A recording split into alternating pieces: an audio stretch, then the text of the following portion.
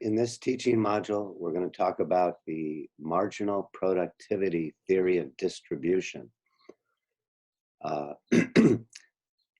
Up until the marginal revolution in economics, you had the idea of a cost of production theory of value, which is commonly known as the labor theory of value. And under Marxian economics, you have capital exploiting labor, and only labor brings value. But along with the marginal revolution thinking in economics in the 1870s, you also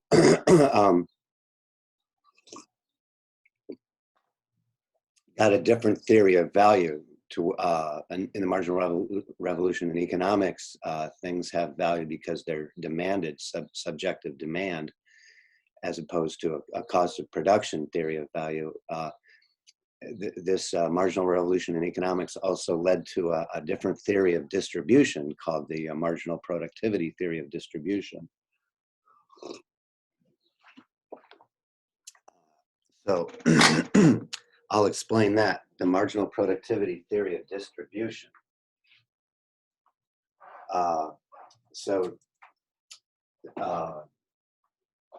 You're looking at adding value to the economy. So the idea behind the marginal productivity theory of distribution is that the value you add to the economy is the value you get out of the economy. Say, for example, and this is with any factor of production, land, labor, capital, entrepreneurial talent, the return to that factor of production is based on the value that factor of production creates in the market through catalytic exchange. So let's say you have a factory, and the first worker, the first person you hire for the factory to work the capital in the factory, to work the machinery in the factory, the stages of production. The first person you hire is going to bring you this much value. The next person you hire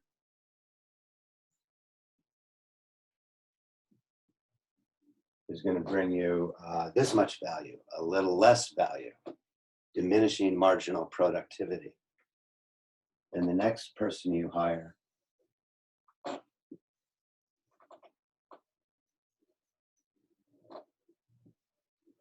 will bring you a little bit less value, again, diminishing marginal productivity.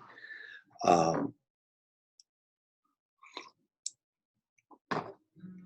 let's say that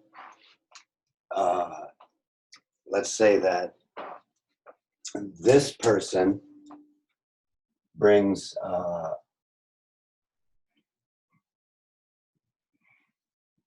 $40 in value,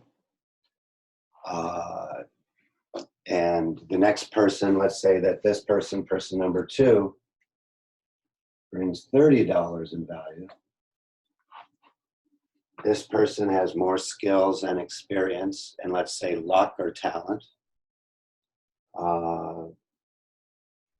brings more value, more experience, say better social skills. This person makes more money because earns more wages, because more salary, because they bring more value. Or the next person with less education or talent or experience makes a little bit less. And let's say now this person only makes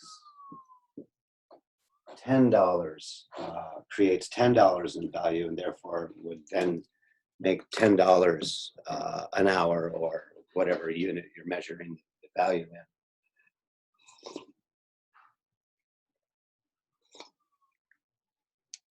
Now, I should mention that this idea that the value you create in the economy is the value you get out, the factor of production, the value that the factor of production creates is the value that the factor of production earns from the economy, is criticized by left-wing economists who just call that harmony economics. In other words, everything's great.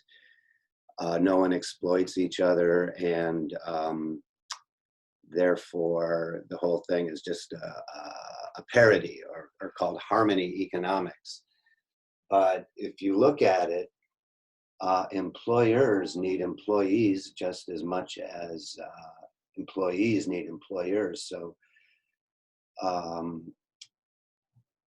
and then we also learned that the way you can break the class struggle of exploitation, assuming there is one, is through profit sharing. So depending what your ideological predispositions are, you can either believe in this or understand this, or the marginal productivity theory of distribution, or not. So it is not a universally accepted concept. It depends what your ideological predispositions are. But and the marginal productivity theory of distribution can also explain why the minimum wage harms those worse off in society. So we'll look at supply and demand in the wage labor market in another module. But just for example, let's say that without any intervention, every employee is earning the value that they create. But if you put in a minimum wage of, let's say $15, in this $15,